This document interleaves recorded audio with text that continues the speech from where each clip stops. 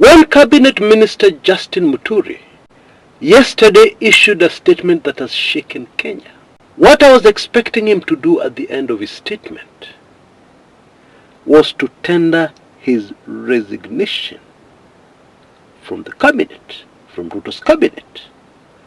But he didn't, which deepens the mystery of what is really happening here, which of course we shall dive into very deeply in my action-packed show that I've prepared for you today. You know, I've said before on this show that there is too much happening in Kenya.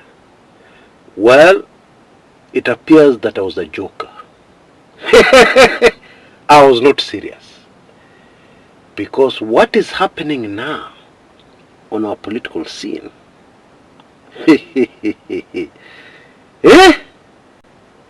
it is way too much. Way too much. Let me give you a quick example before we come back to the Justin Muturi Manenos.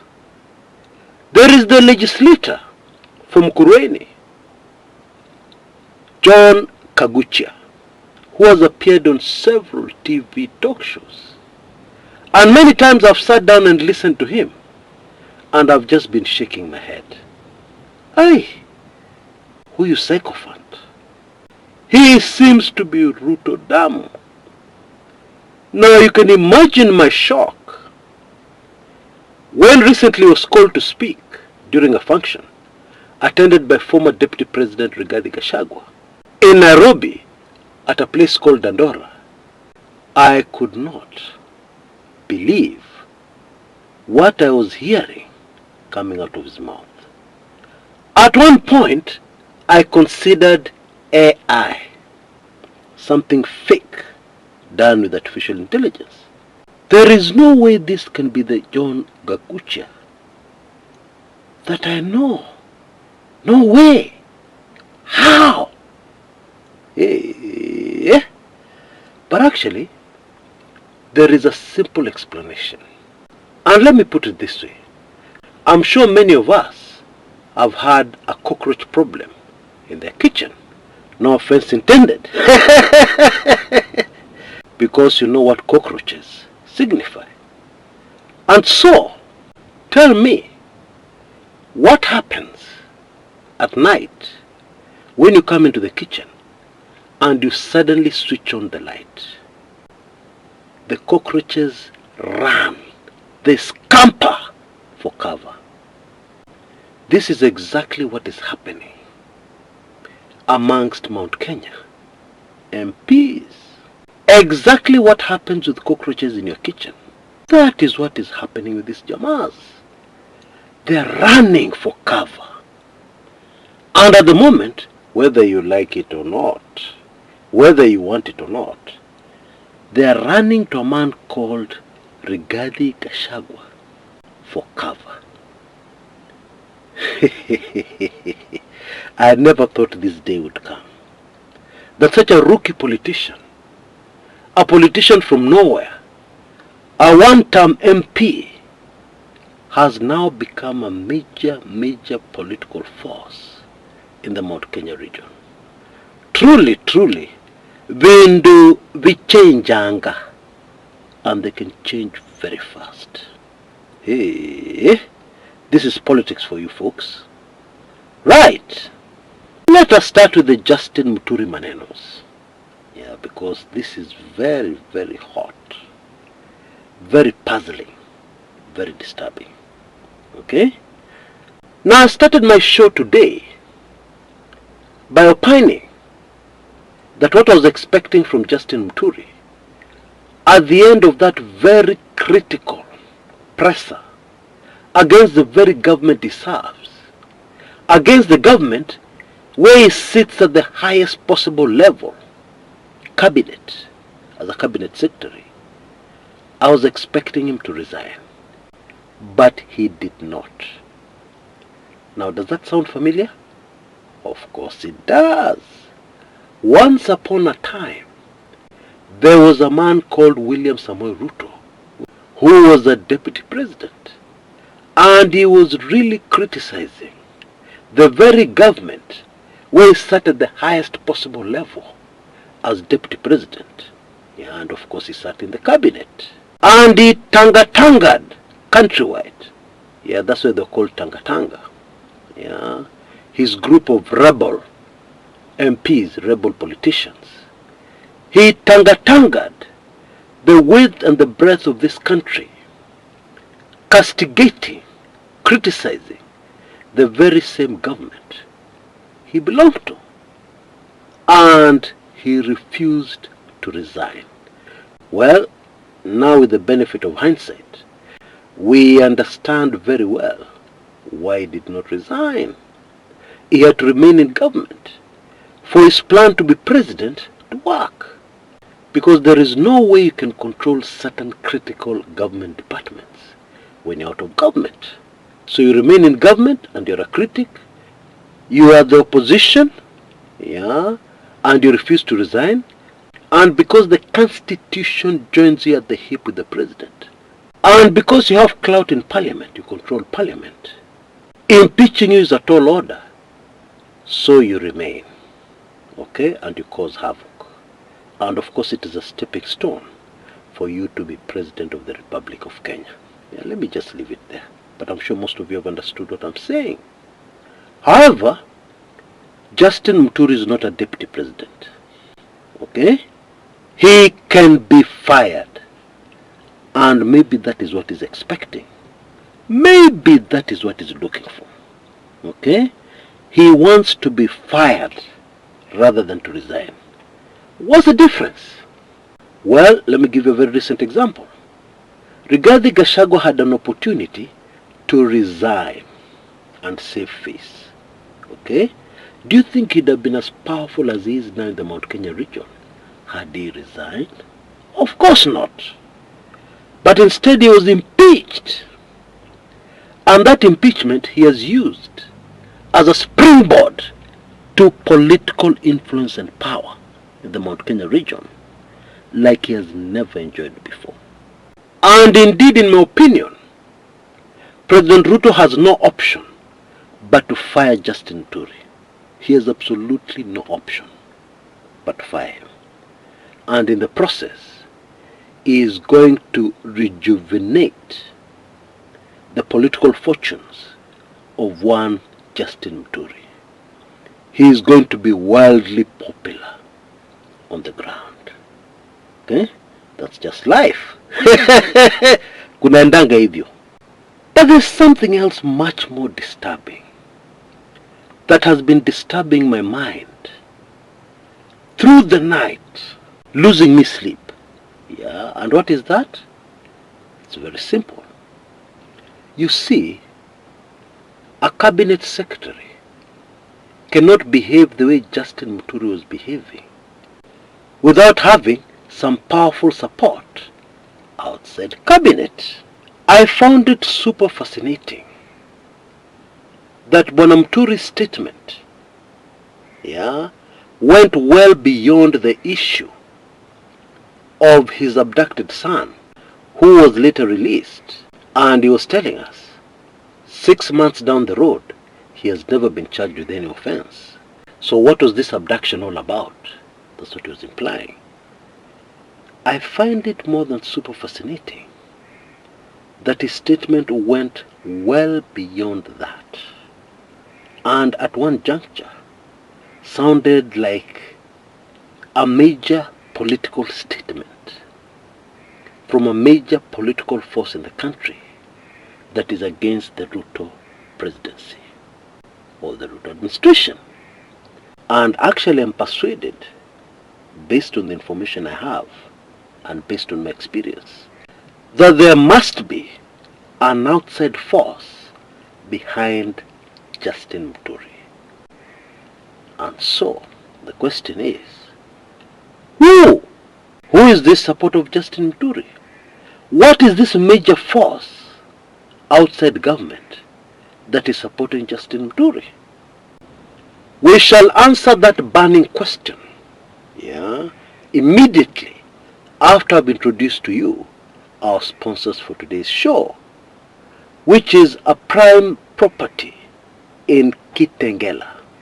Now it is widely known that Kitengela is a very hot real estate region in Kajiado County, but very close to Nairobi. There are prime properties there. People have made their fortunes in Kitengela, and therefore it is still a very good investment. Well, what we have here is opposite the new Quickmart Mall in Kitengela, opposite, and a mere 100 meters away from the main road. This is the Yukos area. For those familiar with the area, you will know, very prime. And from this property, you can actually see the Quickmart Mall very clearly. That's how close it is. And you will also know, if you're familiar with this area, that this is right next to Milimani. Milimani is the Mudaiga of Kitengela. This property is best suited for mixed use. That means you can use it for commercial property, but you can also use it for residential. Put up an apartment complex or something like that. And I'm sure most of you will agree with me. The price, which you can see on your screens right now, is quite a steal. For more information, please use the telephone number you see on your screens right now. And I would suggest, if you're interested, you hurry, because this is obviously a hot cake. Okay? Right! Justin Muturi. Before we dig deeper to try and figure out the force that may be behind Justin Muturi, which I'm sure will really shock you, before we do that, please allow me to back up a little to the year 1997. You see, Bwana Muturi was a magistrate in Nairobi. And in the year 1997, there was a problem. He was accused of corruption. There was this case, a very famous case, that involved a hospital near Adams Arcade. And he was accused of having received a bribe in order to give a favorable judgment. However, he was later cleared of these charges, but he did not return to the judiciary, and only reappeared in the public eye barely 2 years later, when there was a by-election in his Siakago constituency, which he won. Therefore, from being a magistrate, pop, he landed in parliament as a member of parliament. Now, I hope that chain of events tells you something. Because in case you didn't know, people don't win parliamentary seats without major backing. Or let me rephrase that. People very rarely win parliamentary seats in Kenya without major political backing. And if you don't believe me, just talk to the scores of dreamers, hundreds, maybe thousands of dreamers, who have imagined that it is possible to win a parliamentary seat without political backing, and they've actually tried it. You talk to them. I'm sure they'll be much more convincing. I'm sure they'll be much more convincing to you than I can ever be. Because they've been there. They've tried it practically. And they have realized it does not work. But I have some good news for you. That one is changing in Kenya. In fact, it has already changed. The next election, in fact, political backing can finish you, make you not able to win a political seat. Mark my words. But that is a story for another day. For now, let us look at another chain of events. Okay? Or rather, what happened very recently before this explosive statement by Justin Muturi that has shaken the nation. And I'm sure most of you remember this incident. Bwana Muturi was in Embu and he stood up to read a condolence message from the President of the Republic of Kenya. Do you remember that one? Do you remember what happened? I mean, the mourners were just okay. They were comfortable. There was no problem.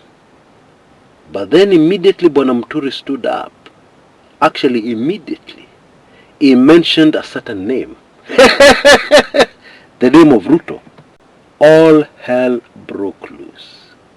And you remember what happened?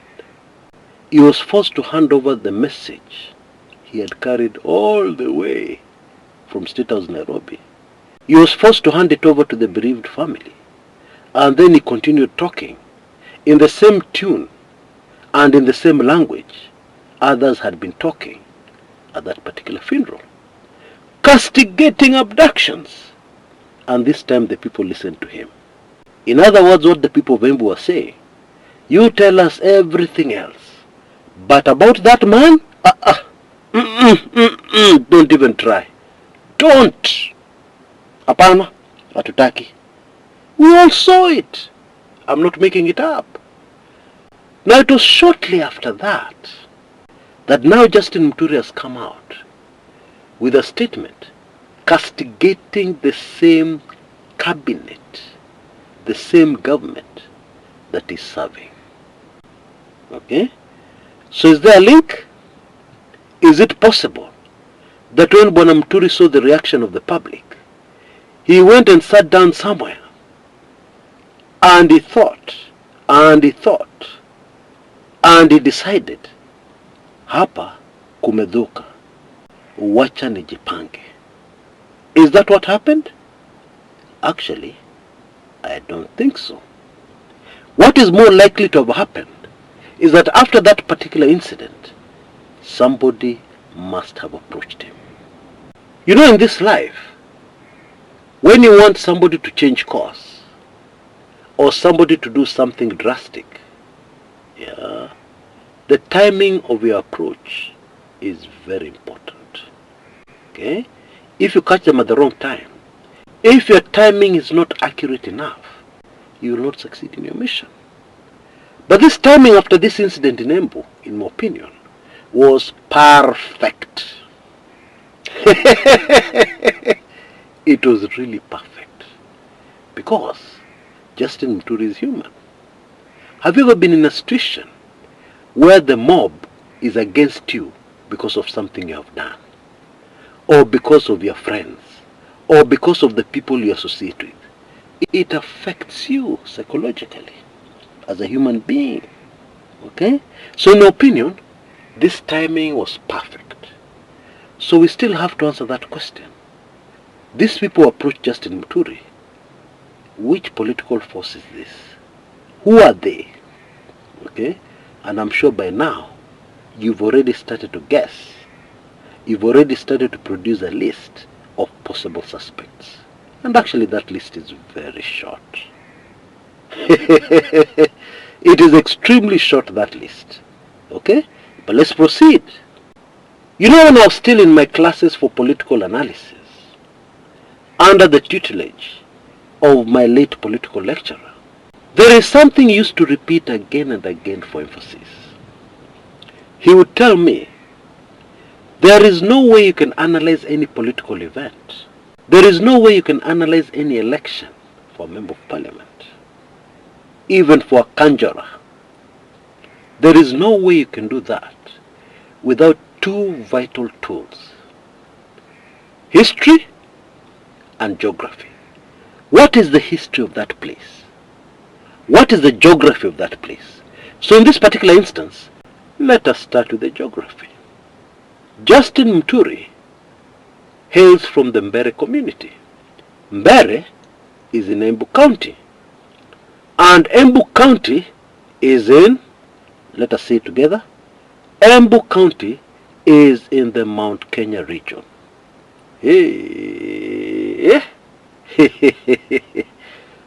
And therefore we can safely conclude the major political force that approached Justin Muturi must have been from the Mount Kenya region. I'm sure now your list is getting shorter and shorter, isn't it? At least I hope so. And this is really, really bad news for the Ruto administration. Very bad news. Okay? Now, it goes without saying that currently there is only one major political force in the Mount Kenya region. Now, many of us Kenyans are still in denial because we are stuck on Rigathi Gachagwa's past. We are stuck on his personality. We are stuck on all the drama. You remember when he was appointed deputy president for the first time? According to most Kenyans, the man did not even know how to dress. So most of us are still stuck there. And we are still with that naive Rigathi Gachagua, who happened to be the running mate of William Samuel Ruto in the 2022 presidential elections. And our minds are just stuck there. And we are refusing to move away from there. And yet anybody who observes politics knows very clearly that one thing about politics is when we change anger, and they change sometimes very fast. The situation today, whether you like it or not, whether I like it or not, is that former Deputy President Rigathi Gachagua is a major, major, major force in the Mount Kenya region. Oh yes. Oh yes. Okay? When you see a major sycophant like MP John Kaguchia, the Mukurweni legislator, suddenly in Rigathi Gachagwa's camp, and we know what he said when Rigathi Gachagua was being impeached. We know which side he was on when Rigathi Gachagua was being impeached. He was one of the people cheering it on. When you see such a man make such a major about turn, and even starts calling Rigathi Gachagua the people's president, oh yes, that's what he called him during his speech, then you know things in Mount Kenya kumedhuka. What has happened in the Mount Kenya region is that somebody has switched on the lights and all the cockroaches have fled. And it appears they have all fled in one direction and towards one man, Rigathi Gachagua. And now the shell-shocking big picture. You know, there is also something else that happened about 3 weeks ago. In Meru, we had the Meru community, led by a man called Kiraitu Murungi, come out and say that they were not happy, that they're tired of being used by regime after regime. And remember, this was being spoken after Kithure Kindiki had already been appointed deputy president. Kithure Kindiki hails from Tharaka Nithi, which is part of Meru, but it is a bit different. Okay, the Meru and the people from Tharaka Nithi are a bit different. Okay, and sometimes when there's internal politics, the two are not on the same side. And it would appear at the moment, with all the politics in the country, the two in the same county are not on the same side. I'm sure you catch my drift. And former governor of Meru, Kiraitu Murungi, told us that they were going to make a major decision early in the new year. Okay? Now the new year has already arrived. We're in January 2025. Do you remember that? It would appear that the Mount Kenya region is now uniting against the Ruto regime. What that means is that the Meru community were already inside. They told us that in December last year. That presser by Kiraitu Murungi. Okay? With the benefit of hindsight and reading between the lines, that is what they were telling us. Okay? Because he said they will take action. What action can they take? What else can they do politically? There's very little else other than in joining in a particular political formation. And now the latest is that Embu County, led by a son of the Mbere community, Justin Muturi, is doing the same thing the Meru did last year. Only they're doing it in a much more dramatic way. Bottom line, the unity of the Mount Kenya region is now complete. The unity of the Mount Kenya region against the Ruto regime. I'm sure this is more than fascinating for regulars on this channel. Why? Because regulars on this channel will know how this abduction narrative came into being. Let me just remind you in case you forgot. We had a big problem. This regime had a very big problem. And that is, the ICC manenos were coming too much to the surface. People were talking too much about the ICC. And therefore some smart Alex somewhere decided that what they're going to do is to change the narrative very quickly before things get out of hand. And therefore they picked this issue of the abductions. And their thinking was, and I'd have agreed with them at that time. You see how tricky politics is? The thinking was that they could very easily change the narrative again into something else, after a short while. But what happened? The abduction manenos got a life of its own. It spun terribly out of control. And what we have is what we're seeing today. Okay? In other words, the government of William Samoei Ruto helped to launch the current abduction narrative that has refused to go away. How things can go wrong for you when things are going wrong. And now it is clearly way out of their control. It is clearly out of the control of anybody. And what is even more interesting is that these abductions manenos are now being used as a very strong political weapon. Because Justin Muturi has used it to castigate the government he serves. Justin Muturi has used it to become a hero politically. Because that is exactly what the man has done. And now we can only wait for the next inevitable step. Justin Muturi will get fired. Well, let's look at another possibility. What if Ruto insiders decide we're not going to do him that favor? Don't fire him. Keep him in cabinet, but then muweke kando. You can even keep him away from cabinet meetings, but don't fire him. What if they decide to do that? Well, that will not help them. Why? It will result in something that Ruto insiders hate. Ruto insiders cannot stand, even for 1 second, looking weak. Okay? Because you see, these are not humble people. They're always beating their chests. They're always bragging. They're always telling Kenyans, mtadu? Yes, we have done. Mtadu? They've even recently told us that even if Ruto loses the 2027 election, they will rig him back in. I'm sure you caught that one. These are not humble people. And therefore, I think it is highly unlikely that they will fail to fire Justin Muturi. I think it is very, very highly unlikely. It's not impossible, but it is unlikely.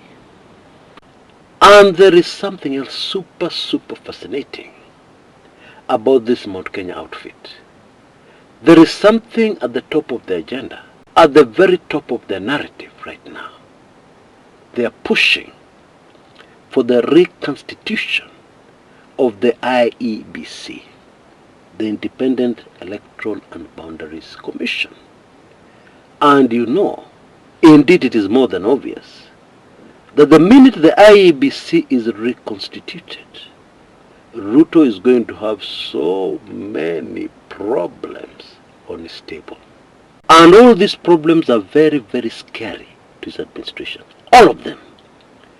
But one immediate one that will hit him immediately is the plan by Gachagua legislators.